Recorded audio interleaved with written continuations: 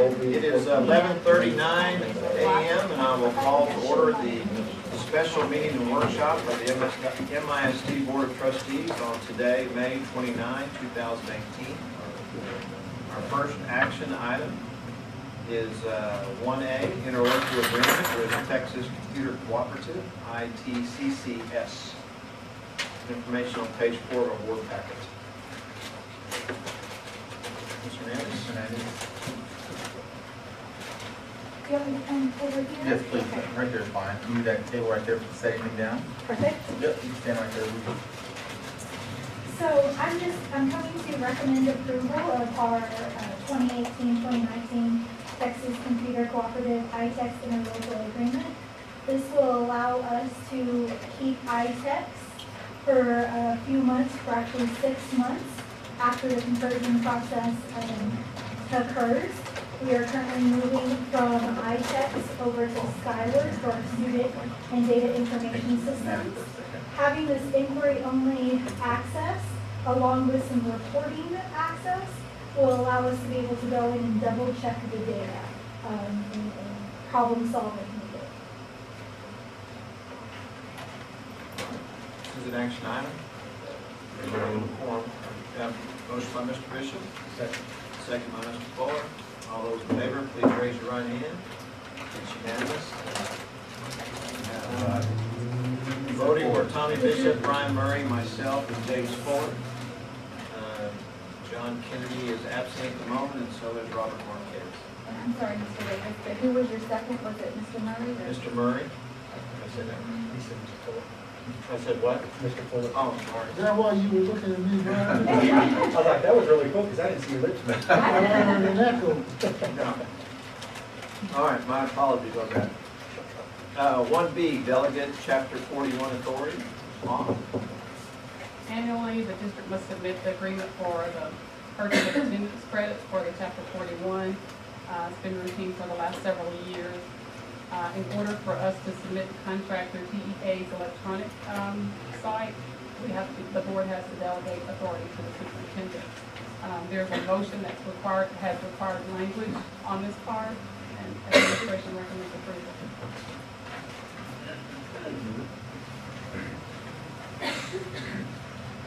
For the 2018-2019 school year, we delegate contractual authority to obligate the school district under Texas Education Code, TEC, paragraph 11.1511, C4 to the superintendent solely for the purpose of obligating the district under TEC Chapter 41, subchapters A and D, and the rules adopted by the Commissioner of Education as authorized under TEC 41.006.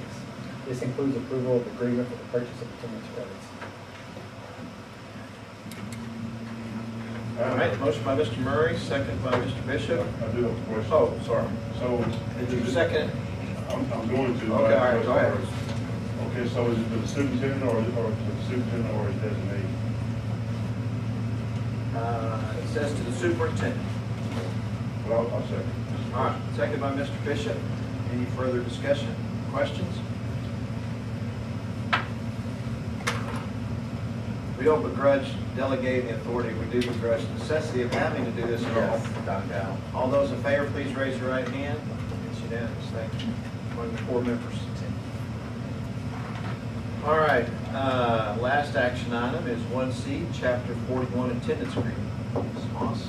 This item is just the actual agreement for the purchase of attendance credits, and we have an attachment that needs signature of the board president and secretary. Administration recommends approval. Page 8 from board packet. So moved. Motion by Mr. Murray, second by Mr. Fuller. Questions or comments? All those in favor, please raise your right hand. It's unanimous among us 4. All right, now turning to the budget workshop. That information, page 11 of our board packet, along with some handouts in front of us. Ms. Moss? Today we're going to go through our final budget workshop for the board for the 18-19 budget planning year. And if we'll go to the agenda there, we're going to just go over the planning calendar again. Today I wanted to talk a little bit about fund balance in Chapter 41.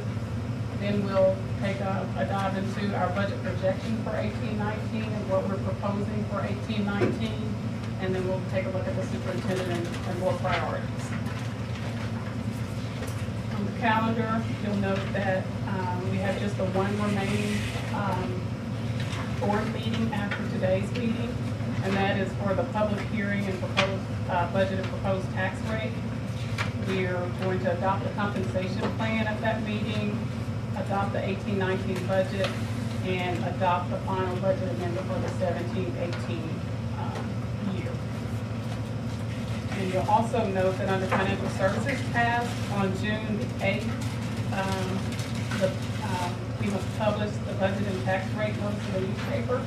I am speaking with MCAD and the chief appraiser. They typically do that for our district. And I think we're going to probably change that date from the 8th until the 7th, just so that we know we're in the 10-day window, and have him post that on June the 7th.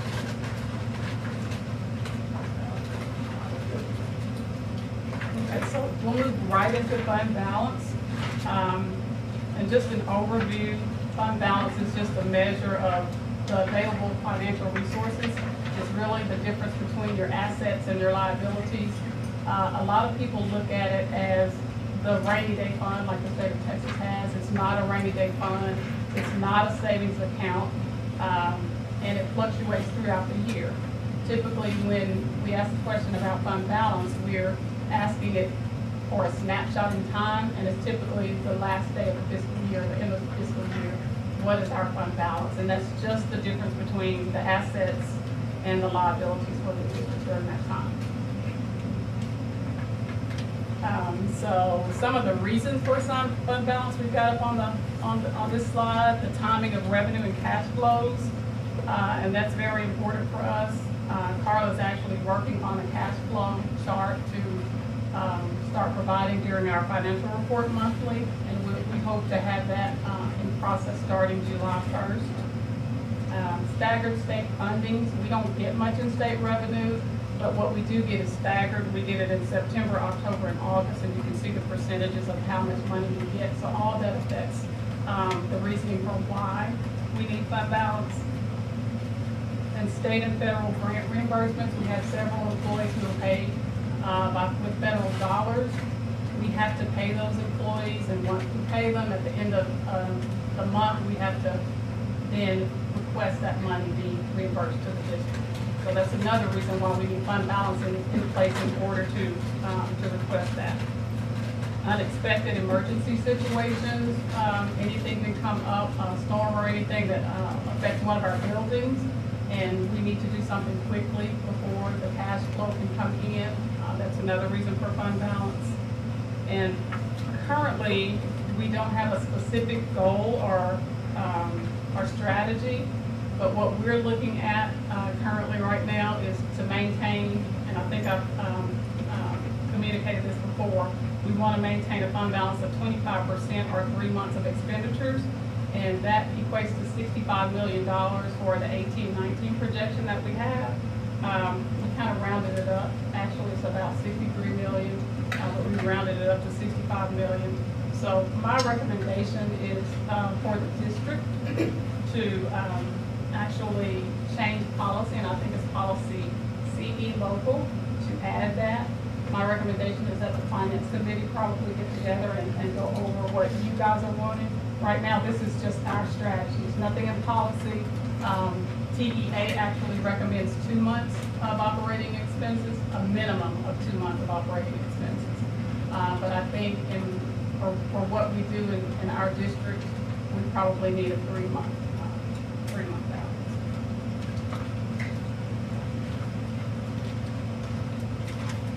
So this chart just kind of shows you with our estimate for 18-19 where the fund balance will be. Could I ask a question real quick? Is 3 months, since we're moving the fiscal year to start July 1st, is 3 months enough? Because now we have a 6 month period basically that we start receiving tax revenues.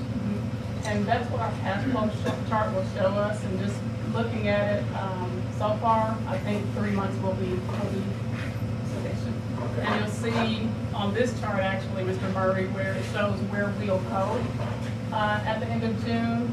And again, it's just a snapshot in time, and we're estimating that at the end of June, our current estimate of our final budget, amended budget for 17-18 will put us at $75 million in fund balance, 75.8.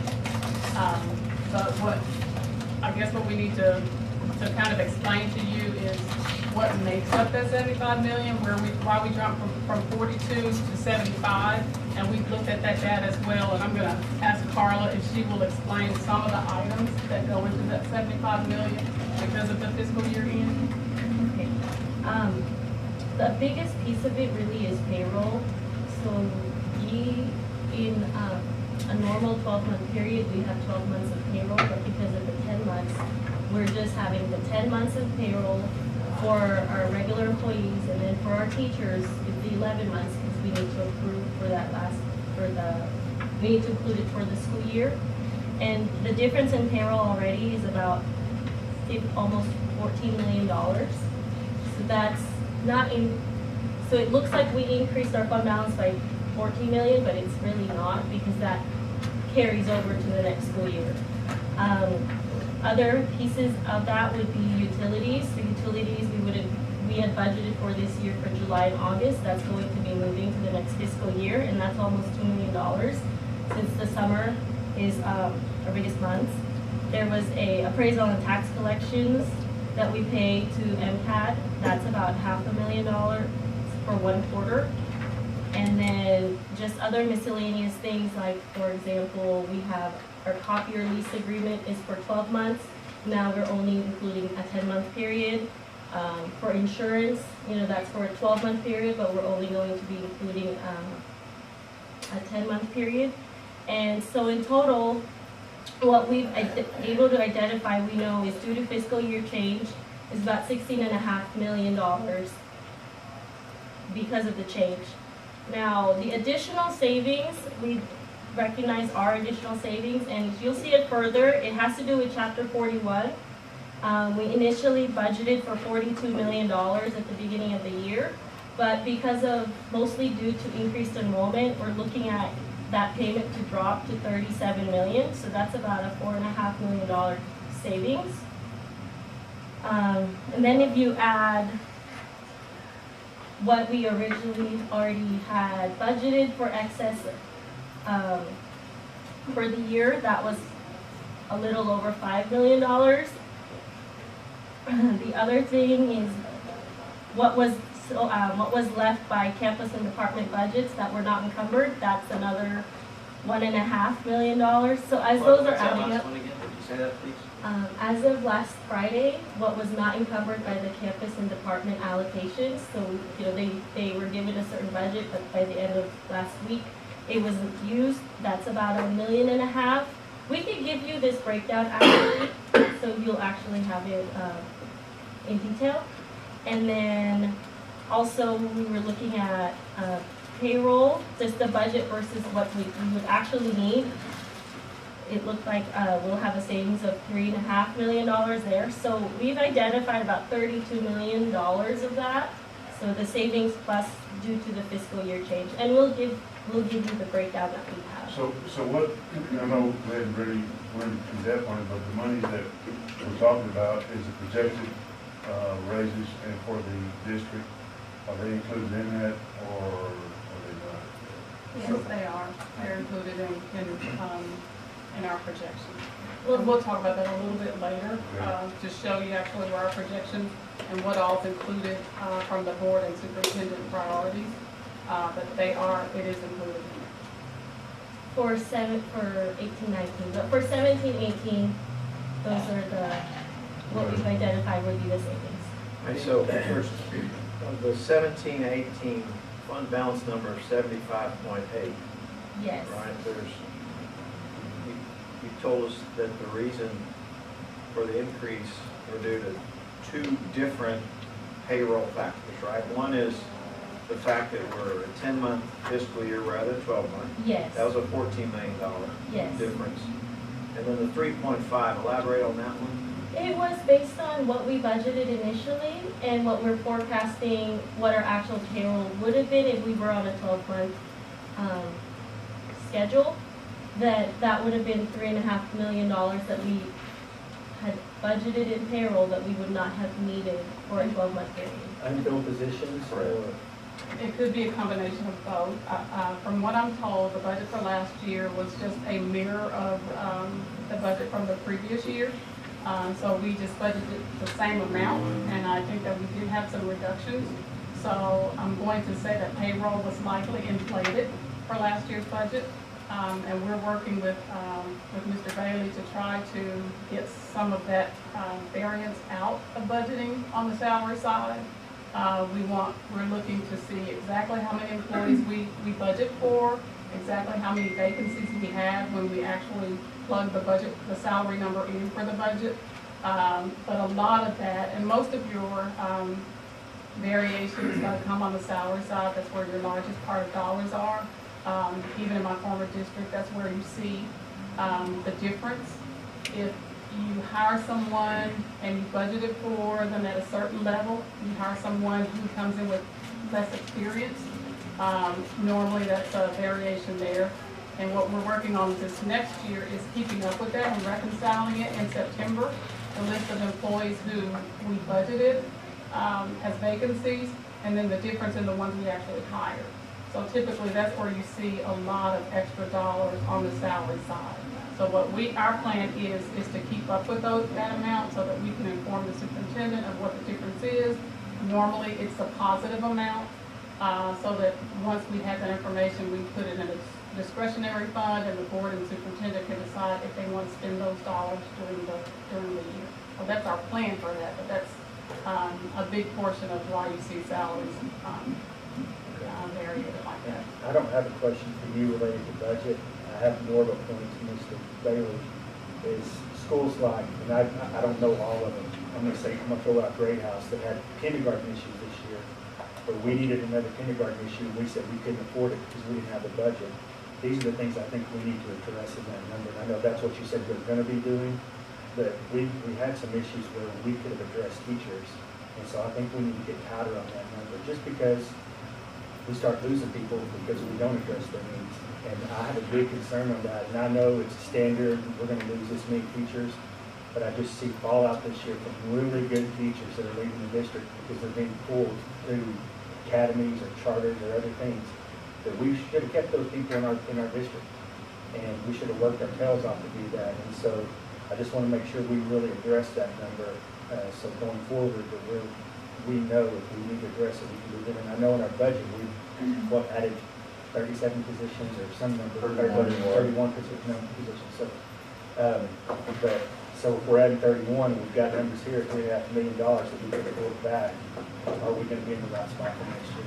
Well, Trustee Murray, I think that in the past, in the past projection process for staffing at a higher rate at this time of year or the early spring was at a much higher. For instance, 2021 is where we were looking because of budget issues. But this year, being able to bring that number down from leadership, from the administration, Mr. Riddick, saying that 22 to 1, that helps us a long way going to K2, K3, and then trying to bring that number down. So you can't find the teachers in September. But if we can anticipate or project for those vacancies or those needed positions this time of year, the principals were at least able to start looking for the teachers earlier. So hopefully alleviating some of that problem. And I appreciate your attention to detail. I just think that's something we probably missed in the past that we should have been a little bit. It is. And we've done projections, I feel, better for 18-19. We may have done previously, different philosophy, whatever it might have been. But I think we're working tighter on projections with CFO and with academics and Patrick to share up. You don't want to add so many because they don't arrive and you're over. So you don't want to add too few. So if they arrive, you're well under. So trying to find a sweet spot in the middle for what that looks like. And our 22 commitment at K2 to look at what that could look like, to budget that piece in, and high school as well. So about 31 teachers between secondary and elementary as a lift, and then the 9 balanced literacy instructors as well. I think we're ahead of where we might need to be. We're not all the way there, because I guarantee academics want some more teachers. And CFO is saying, okay, well, there's only a finite number of dollars. And so now I think we've kind of swung the pendulum in a good place to get us in position to be ready to address what that looks like. Thank you. Staying on this same page, then what, I know we're jumping ahead, but it's on this page, 1819, are you about to tell us how it is that the projected, is that a projected fund balance number of 75.5? Yes, it is, and it actually is going down because of the, I think it's a land purchase, but we'll point that out to you when we get to the next spreadsheet. All right. If that's, was that the question, why is it going down?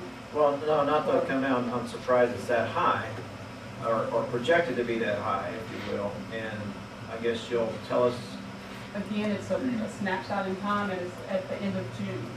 So the end of fiscal June year. of Of the next of year. that 18-19 year. So as long as you're on a July 1, June 30th, that fund balance will look a little inflated every June. And some of the reasons that districts change to a new fiscal year is so that that number can be inflated, so that they look good to lenders and that type of thing. That's not why we did it. We did it to help the campuses and the staff members here to be able to get those purchases when they need it, because we identified that as a problem, early on when we got here, that they were needing to spend and the budget wasn't open until September 1. The school had already started, so that's was our main reason for moving to that fiscal year. But it will always be a little higher, you'll see in June than it is in July. And typically, because you set up receivables, so in that number you see the state of Texas will still owe us some funding for this fiscal year, but you'll see that amount in the fund balance as of June 30th as a receivable, because they owe us that money for this fiscal year. And they won't give us that money until August is the last payment that we get. So it's receivables like that that kind of inflates it. No. I wish. But we kind of pay them in the same schedule too. We don't pay them all up front. We pay them throughout the year, so Right. Okay. Any more questions on that one? So we'll talk about chapter 41. Of course, we're all, familiar with that and the challenge that, it creates for the district here. And this first slide just kind of gives you an overview of Midland ISD, and I won't go over it in great detail. We started in 13-14, and since that time, we've paid in $143 million. That's as of the end of 2017. And it gives you the average of, what our expenditures were for the last 2 years. The expenditure percentage for the 18-19 budget we're projecting is 22.5. And then you'll see our estimated MISD payments for chapter 41. That's based on some scenarios that we came up with for this budget. You see it gets as high as $80.1 million in 1920. So we'll kind of go over that a little bit later. And so this slide just kind of shows you the statewide history of recapture and how many districts were, paying in through the different time periods. And I'll note we had to look at a few times, but in 17-18, that number of districts dropped to 185. There's still about the same number identified, but the paying districts dropped to 185.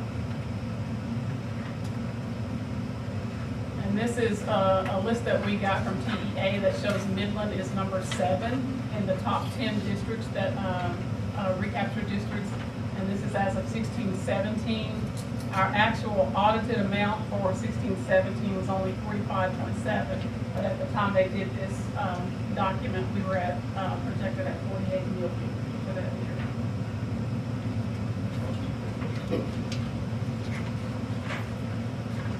So now we'll get into the 18-19 budget projections, and this slide simply shows you our assumptions and what we used to get to the numbers that we did for the budget.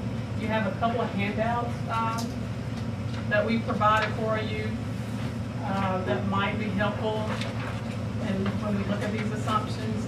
The first one is the state revenue template that we've mentioned to you in the past. and we utilize that to actually plug in all of our numbers. We plug in our student data. The very first page of that document shows you where we plug in the student data. If you'll reference that little section in the blue, it gives you the information that we keyed in for 17-18, and that was as of the fifth 6 weeks, the end of the fifth 6 weeks. That shows where our ADA was, and for projecting out 18-19, we added 2.5% increase to student to our ADA, and we did that across the board for 19, 20, and 21. We just stayed at 2.5% increase on the student side. On the taxable value side, which is on our chart here, the 12.5% increase, we've been back and forth in conversation with the chief appraiser at MCAD, trying to just get an idea of where he thinks we might end. He's given us so far to date 4 different estimates. We received that initial estimate on April 30th, as we reported out in the last workshop. He was looking at 4.65%. So I asked him historically to show for me in April where we were, and then in July when he certifies it, and what the difference was for the last 5 years. And we ranged anywhere from 8% to 10% increase from April to July. And so this year appears to be an anomaly as far as the boom, I'm thinking, and that's what he's hearing. MCAD actually does not do the appraisals on minerals. They have a vendor who does that for them, Pritchard and Abbott. So as I contact him, he contacts them to see kind of where they are. And the last that I heard, they were about 65% done. This is something that they haven't done in the past because our fiscal year has changed. So we're kind of asking a lot more of them this year than we have in the past. But he is, Jerry Bundick is really working with us and giving me all the information that I need in order for us to give the information to the superintendent and for us to make an informed decision on what percentage we may see. Now, we're basing it on 12.5. It could be 20%. It could be 14. It could go down to 8. So we've looked at all of those scenarios to see how it would affect us. And in visiting with Mr. Riddick, we determined that our assumption is going to be based on a 12.5% increase overall, not at just minerals, but overall. And then our tax collection rate, and Mr. Murray, I think, had a question on this over the weekend. What that 98.5% is only the percentage of our current taxes. It does not include delinquent taxes. With delinquent, we would be over right over the 100%. And then our M&O rate, of course, has been the same for the last 9 years. And then we jumped to our interest and sinking rate. I know that we changed that a couple of times because of the TRE, but right now it is projected at 7 cents is what we would need to maintain in that rate. So that would be help the taxpayers a little bit. So this is an estimate. You know, let me put that disclaimer out there. We will work with Jerry Bundick and get his estimates for the next 7 days until we have to post the ad in the paper to see if it goes up or down. If it goes either way significantly, we'll send the board that information before we post it in the paper. So is the average daily attendance, that's something that you begin tracking the first day of school and you don't complete the calculation until the last day of school? Yes, the last day of school is what we're actually funded on. It goes up and down during the school year, but where we are on the very last day of school is how we're funded. Oh, really? It's not the average during the year? It's No, where we end up at the end of the school year is what is sent, and that's the number that they know. I mean, that's Number then. all right, so I know we're not at the last day of school year, but what do we, based on the last one that we did, which was what, a few weeks ago? The fifth 6 weeks, and that's what this template is based on, is where we were at the end of the fifth 6 weeks. And So we added 2.5% to that. And normally I like to do where we are at the end of the school year. Basically, if you snapshot in October, we're way up there. So I do 2.5% snapshot. During the year, we know that it trends down. And it's gonna trend down some more for the next 6 weeks. So are we, I mean, based on the fifth 6 weeks, what is our percentage increase of this school year as of that date versus the end of school year last year? I don't have that I mean, information, but I guess my question is, are we at 2.5% over last year, or do we know? Is the number 25,716?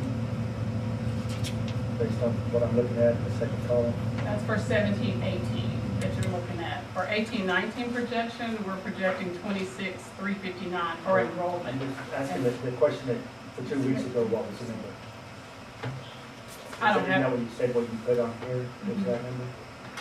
and actually, I don't have that number for, I don't have that number for 18-19. The 25,716 and the chapter 41 data that you see there, that doesn't come into play when you calculate your state revenue. It's just simply the chapter 41, so that's different. We can do the Then the math, 88. I guess, right here, Right, I right? was It's saying 22.9 versus 22.9. 23.6, Yes, whatever that is. it was 3.3%. It's 3%.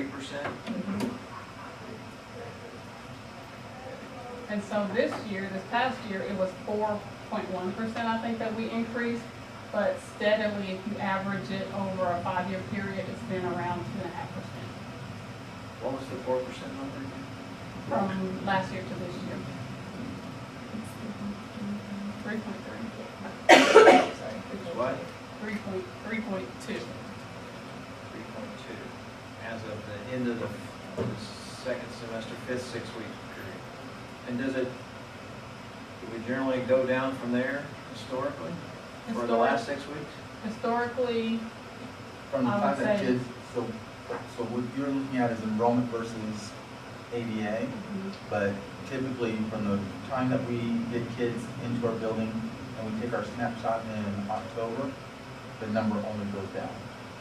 The likelihood of picking kids up from that point of snapshot to the end of the year, your enrollment is not increasing. Your enrollment's only dropping, so we've got to think through, what do we do on sustaining what that drop would look like? And on average, it's been about year to year, a 2.5% growth from one year to the next. This one being a 3 plus. And so what she's doing is she's taking an average, the 2.5 average, and saying if we, in a 5-year period, let's just hold 2.5, even though it might be up at 3, it could get up to 4 potentially. If we use 2.5 as our average, it keeps us in a conservative mindset as we plan out budget. So the refined ADA is pre-K, only gives you half of a body of enrollment, and then that's at 95% attendance. So our total enrollment piece, what we're actually getting full credit for from the state. and so at snapshot, we may see that 3%, but then by the end of the year, maybe back down to the 2.5%, which is why we're, and if for some reason it doesn't, and we maintain, say it goes to 4%, we're calculating this every 6 weeks, and we can see what the difference is. So we report out to you how much that increases revenue. And then again, that's something that's discretionary on the board's part to either put into fund balance or spend on some of the priorities that did not make it into the budget. But we'll track that every 6 weeks to see where we are in regards to students.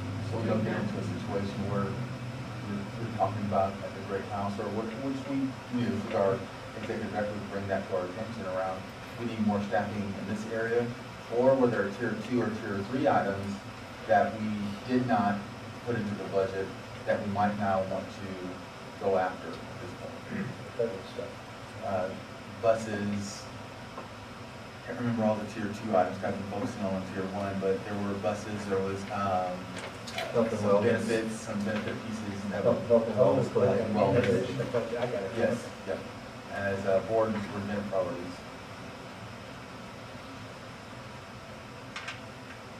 And you'll see those as we go through the budget packet.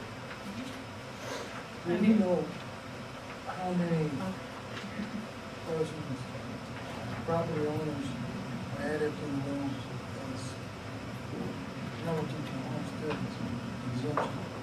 And if so, how does that impact what we're talking about right now? And I didn't hear the first part of the question, Mr. How Fuller. many, do we know how many homestead exemptions are added to our list of exemptions? And we do not have that information yet, but I have spoken to Jerry about that as well. We can get the calculation to see how much that is.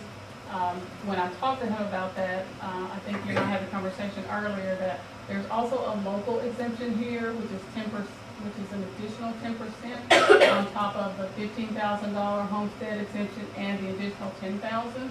I think a couple of years ago, there was a window of opportunity where districts could, when the $10,000 increase came into play, the districts could, vote to no longer do the local, but we still do the local.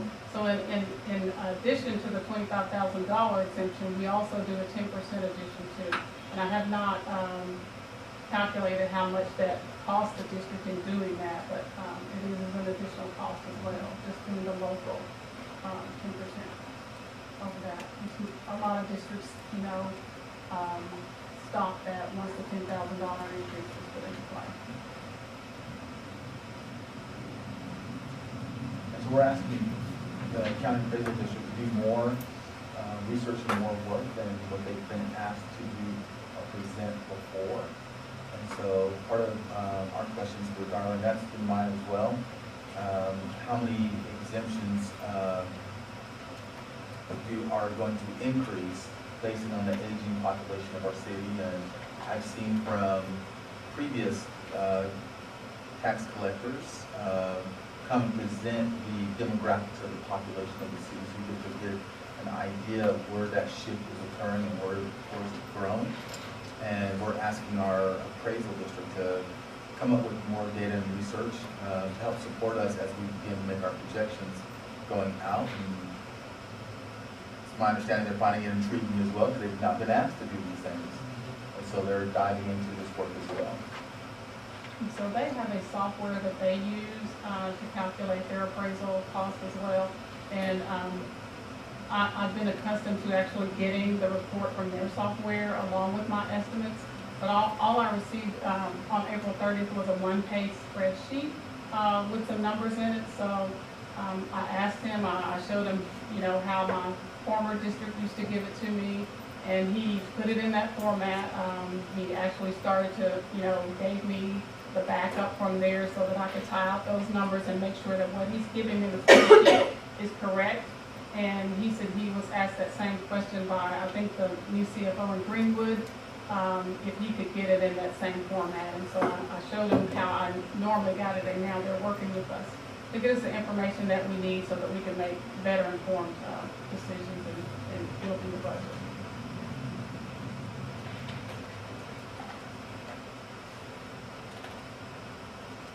Okay, so this shows the current overview of our proposals for the different funds that the board is required to approve. And so we don't have it in detail. I know, Mr. Murray, you wanted to see it in detail by object. Actually, Carla is working on that. Again, our system is not as user-friendly as we would like for it to be, so we're kind of having to work on Excel spreadsheets to get that data in the format that we need. So we'll get that to you as soon as we can get it in that option. But we do have, and I mentioned to you, the third handout that we have kind of gives it to you in more detail. It doesn't give it to you by object, but it gives you a little more detail on what the items actually are. So you can kind of compare it from one year to the next, and then you can look at our projection. Projection for 1920 again and 2021. We just kept a 10% increase in taxable values, and we kept that student increase at 2.5% because that's been our average. Of course, it's not, it's going to fluctuate one way or the other, but that's for budgeting purposes and forecasting purposes. Those are the numbers that we used. Not point, the question was object code, but if we could do it by Function, function, either way, but just so we can compare it to this year's budget to see where the changes are.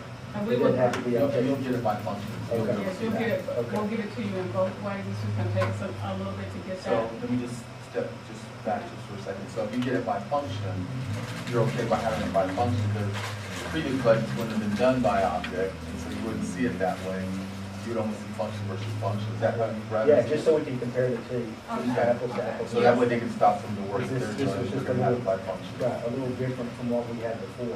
Right. But if we could just compare to the two so we can see where the changes are, that would be great. Right, and you're required by law to adopt it at the functional level, so we'll definitely have that for you, and we're working on that, currently. We'll get it to you as soon as possible, but when we, on the 18th, when you approve it, that's the format it will be in.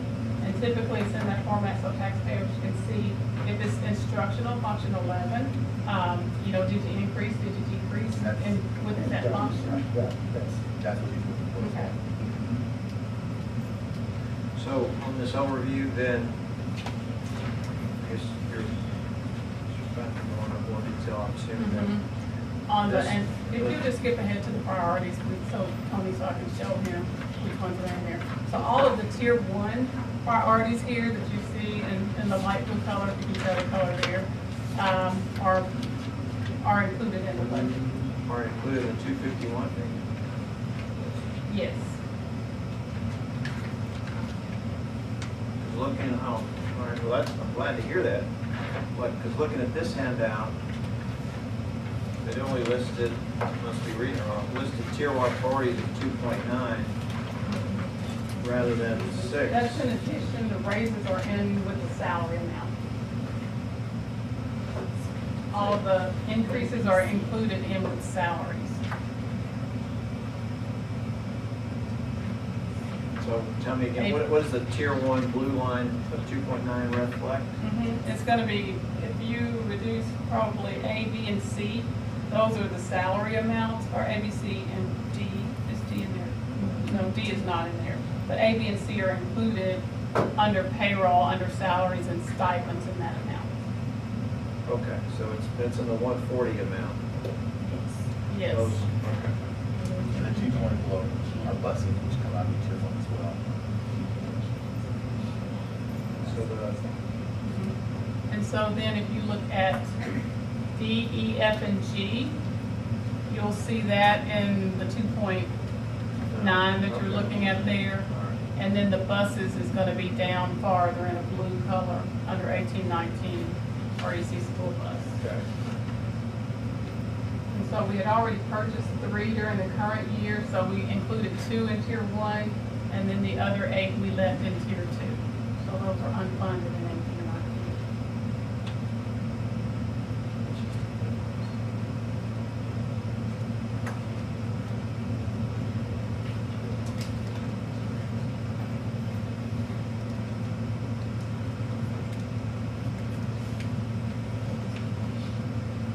The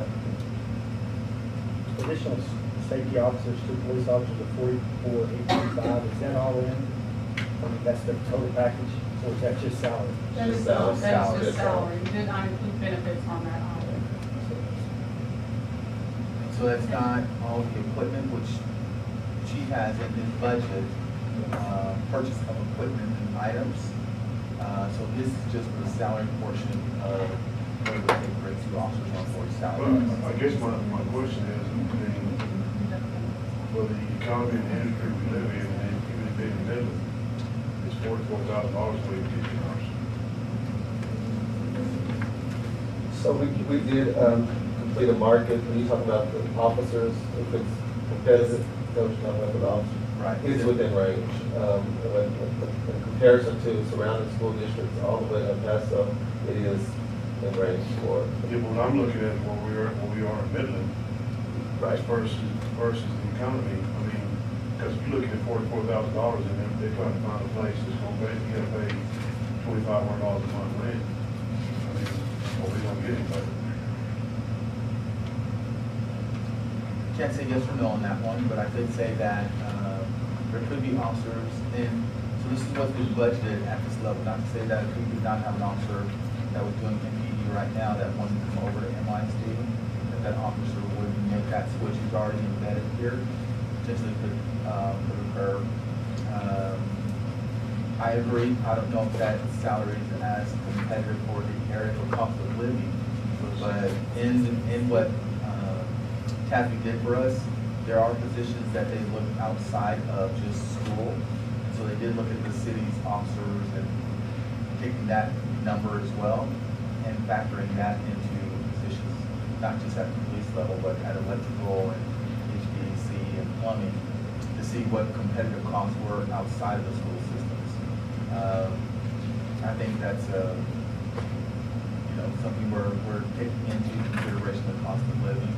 And part of what we've done for our work with TASB is to think through how competitive salaries should be, so we can offset some of those cost of living issues. And this is one that I couldn't tell you what the final price should be, but I know that based on their average, this is a number that we were given by them to help us start thinking through it.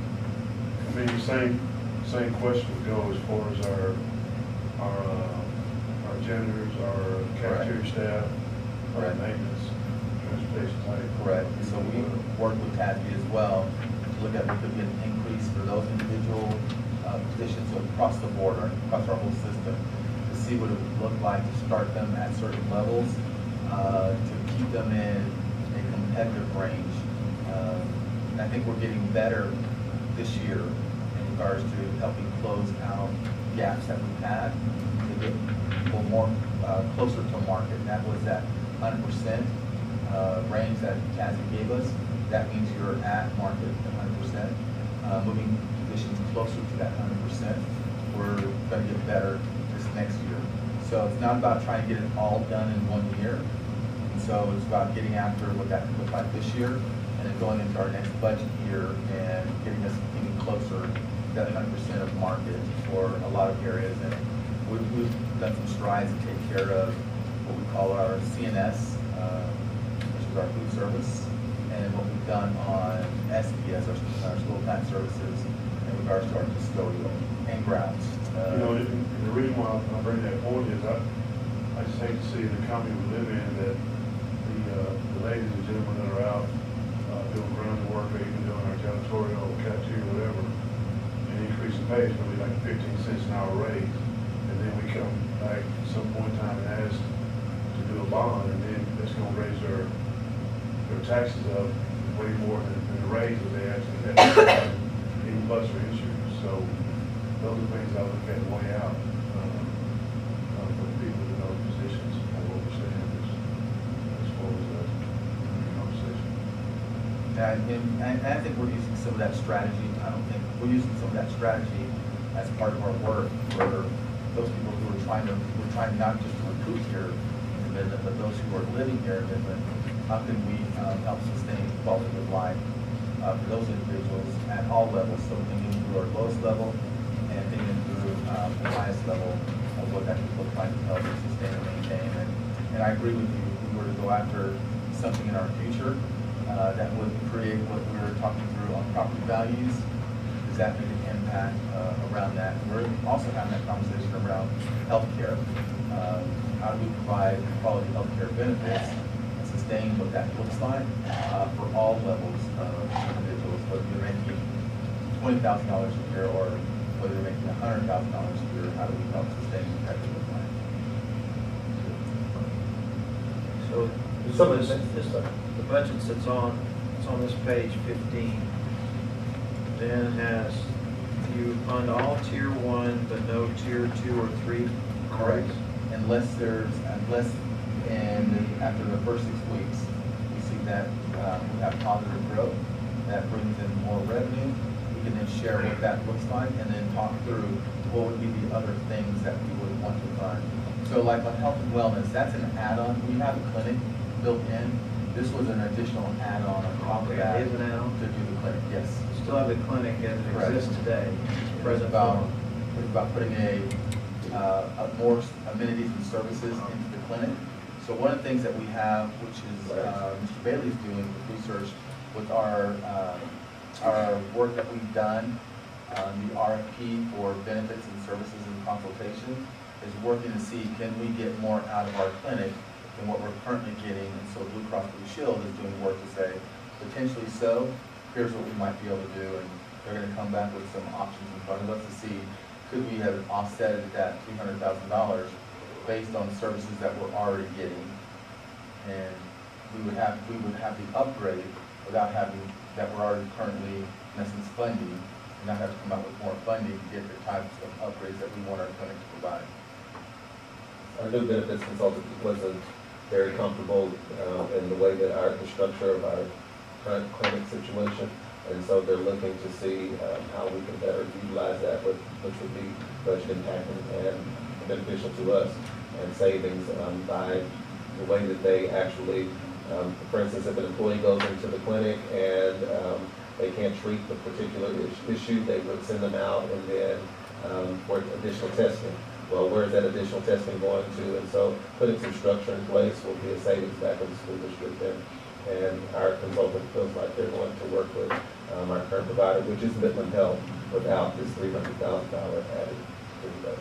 So we feel comfortable that we will have a better situation with our current clinic contract. I realize we're working on the 18-19 budget, not the 19-20 budget. But we can take just a minute to, if you could elaborate on if we're projecting a 2.5% student population growth, while we're still, for purposes of a look ahead in 19-20, we're still keeping salaries and accompanying benefits flat. And we did because if you'll notice also chapter 41 recapture goes up significantly too. So that's something we'll have to decide next year whether or not we're going to be able to do that. Again, we also are projecting a 10% increase in taxable values for that next year too. So it's really just kind of, I guess, a scenario for you. There's no, I guess. Is it 10 or 12 and a half? 10 for next year. For 18, 19. 12 and a half for 18, 19, but not projecting more in 19, 20. 10 is 19, 20. More than 10, which that number could go up, but trying to keep a conservative mindset. So there's not an increase that they projected on salary in that capacity, and when we get to that stage, we most certainly will look at that as an option, but not forecasting it ahead, knowing that there's the $80 million payment that would sit down there that we've got to pay through. Now, we're also in the legislative session, so come May of 19, we might hear more around chapter 41. That could give us some impetus to think through what we could do early going into the next budget cycle, which will be right at this stage right now. If there's something that is done around it, which I think there'll be a lot of energy put towards chapter 41. Okay.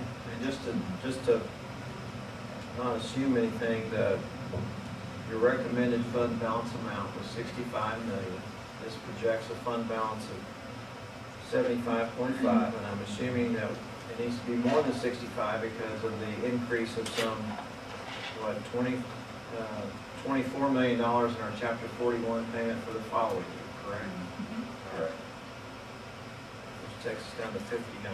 And let me just clarify, I misspoke on that. I'm looking at my template and we did change that to 12.5%. It tells you our assumptions at the very top of the template here. 2.5% for ADA and taxable value increase of 12.5. So we did leave it at 12.5 all the way out. Sorry for that.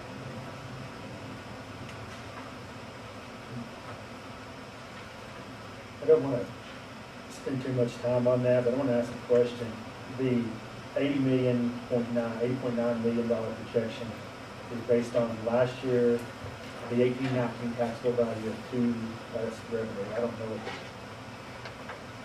the property value is, but if we're only seeing we're going to get $14 million more, how would they expect us to pay $24 million extra? I mean, I know it's a year behind, but And such is chapter 41. There are some districts who are paying, you know, I don't know if we had it on here, but there's one district who 50% of their expenditure budget is chapter 41. So it just continues to increase. The only way we're gonna get some relief is if they change the law. my other question, going back into tier one, the first line, line A says 2% pay increase. Our median teacher, what does 2% look like? What is that? Do we have a number? Is that $1,000? That 2% is $1,000. $1,000. What we looked at for teachers. So it was done based on starting teacher pay. When you started teacher pay was $50,000, and then using $1,000 as the breakout for everybody at that point. Okay. And so, what, we know, we cut stipends at a lot of the magnet schools that aren't gonna be full day. We cut stipends at our 3 magnet schools. Let me give you an example. So Bowie, every school put in zero base what they need and what they want in order to operate from start to end. Bowie did have their after-school elements built into their budget, and they received it. And so stipends were cut. So 3,000 stipends were cut for coming early, and then for after school. So that ended up was a $3,000 is what, for each employee was about $313,000. so $3,000. So they have the after school built in. If they want to do anything after school based on extra duty pay that they would like to provide for their camps, that's across the board for any of our campuses. Yeah, but before there was money that was, we had grants for, and that It was grant money that we we just built started up. having out of fund balance, right? Yes. It was, and we carried that over. We adjusted our calendar, so this early start wasn't necessary. Now it was the after school, and so that after school piece is built in. So in essence, they're getting 1,000 of that 3 back. Maybe that's where you might be going. And then after school, there's extra duty built in for those who are going to be doing after school work. The principal budgeted after school for that as an option. I couldn't tell you how much they would get outside of that. Our after school daily rate is It's $20 an hour, but it's about $40 an afternoon. So for the entire time, for the entire after school program. current though. We've changed what our average daily. Coming up this year, starting this year, it will be $30. $30, so it's $30. It was it fluctuated in a lot, range between $20 and $40 last year, our current school year. Going into 18-19, it's a standard $30. Whenever you do anything extra duty, $30, which is what you see.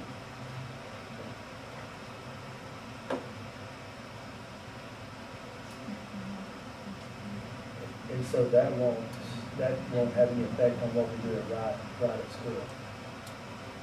No, so that would be, let's say they do a big play, one of the big things that they do at Blue as an example. Okay. That right at school would be something completely separate. And that's your curricular activity, more or less. Correct, exactly. Now, if the play performance time ended, and you still needed care, you could go do the play performance and then come back over to the right at school piece.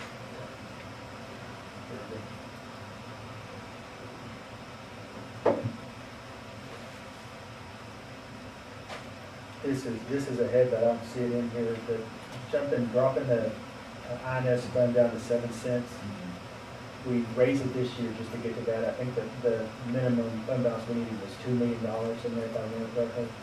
And so by your projection at 7 cents, we cover and add a little bit to that. So we still stay above the required minimum for what the state tells us to do. Yes, and just as it affected the general fund balance, the fiscal year change will affect INS fund balance as well.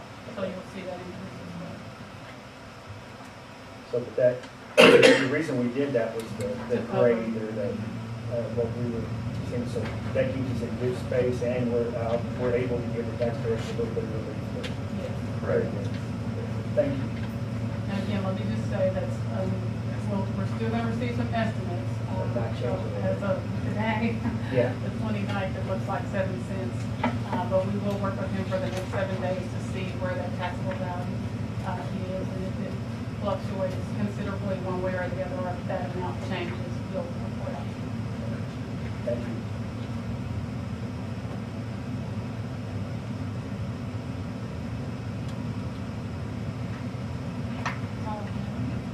Okay.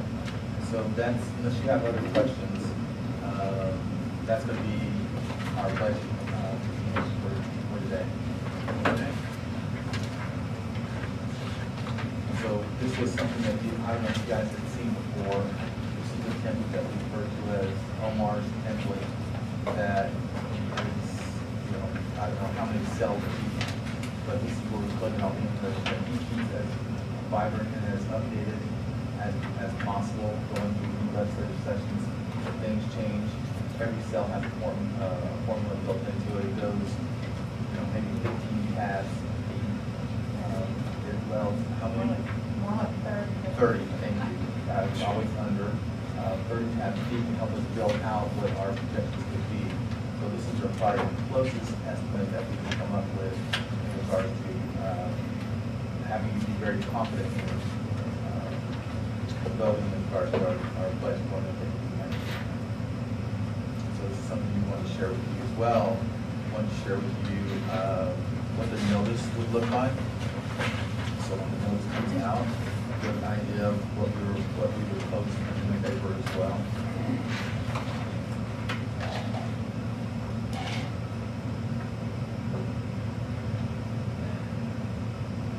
I want to ask one more question.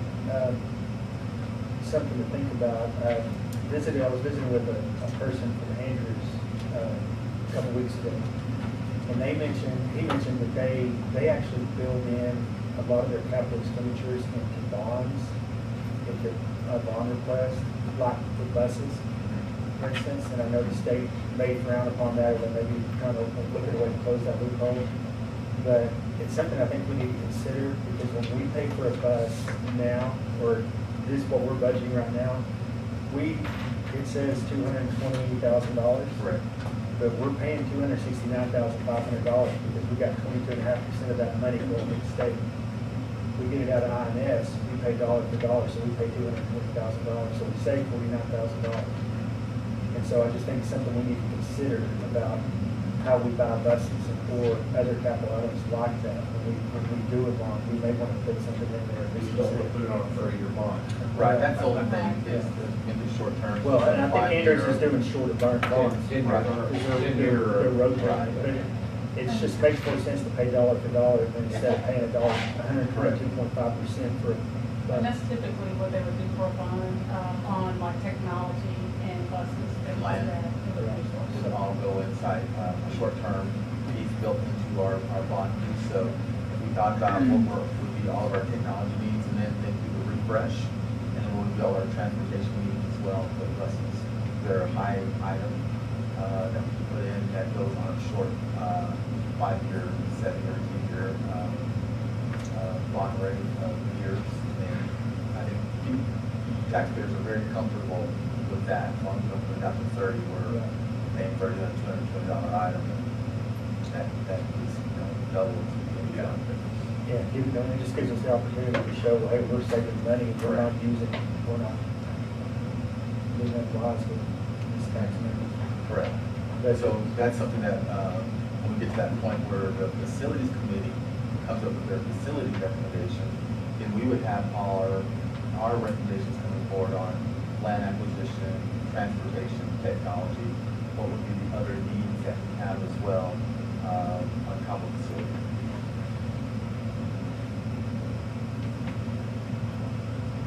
The only other thing I have is, I know we touched on chapter 41 and some of the history.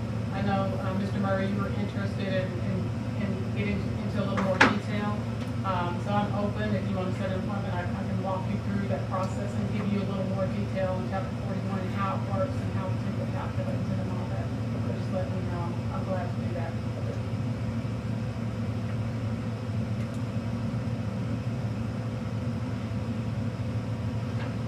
What we are doing is really what the state refuses to do.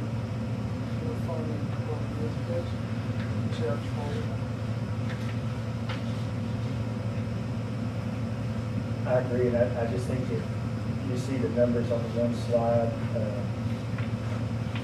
page 9, I don't know if that is not a direct relationship to how our state legislature expelled us by making the school district split the bill for stuff that they're putting now back into a general fund and not allocating to school fund financing.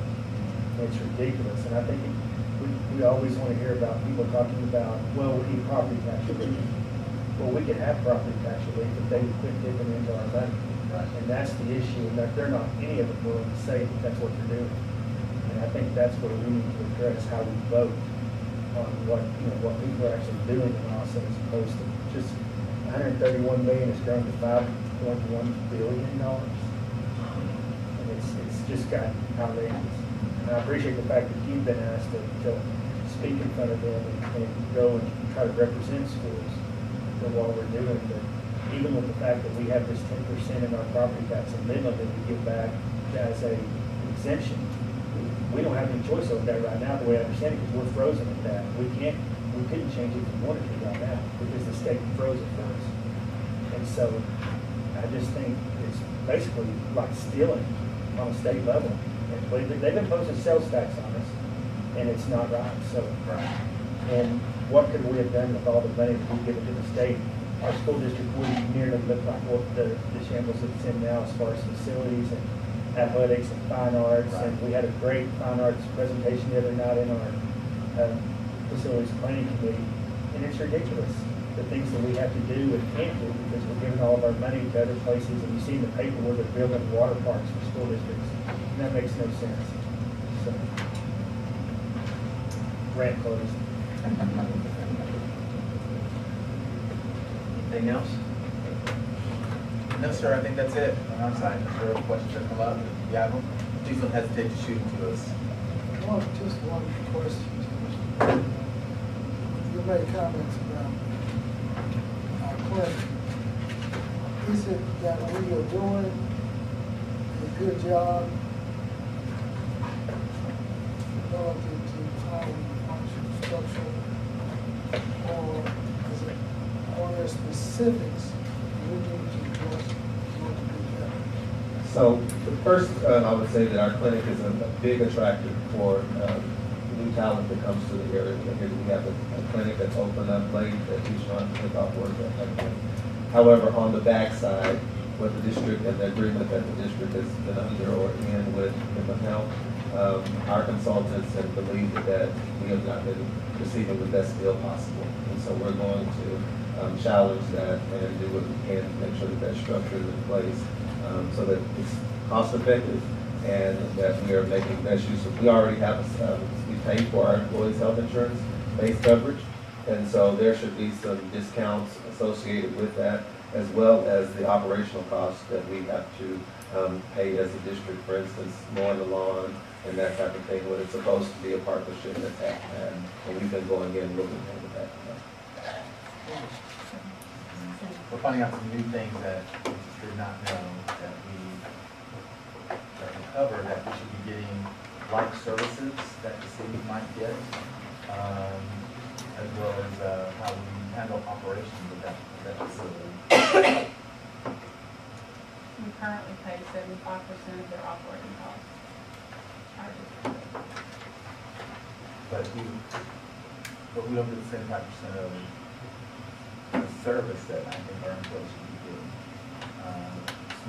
The minimal functional services where they might be able to treat them there, but it's not in our contract to be treated, so we have to then leave and go get those services somewhere else outside the clinic.